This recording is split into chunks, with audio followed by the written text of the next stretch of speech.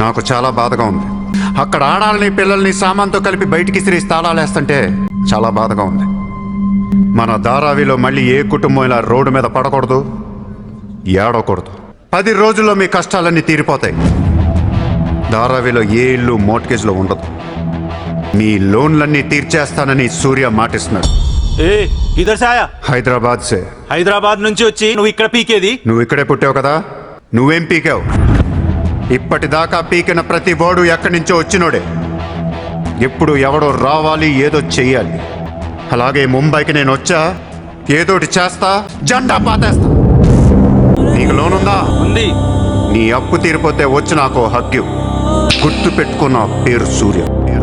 10 दिन के बाद इधर ही मिलेंगे, 10 दिन के बाद इधर ही मिलेंगे. पार्टी करेंगे, पार्टी करेंगे, जंडा पातेंगे.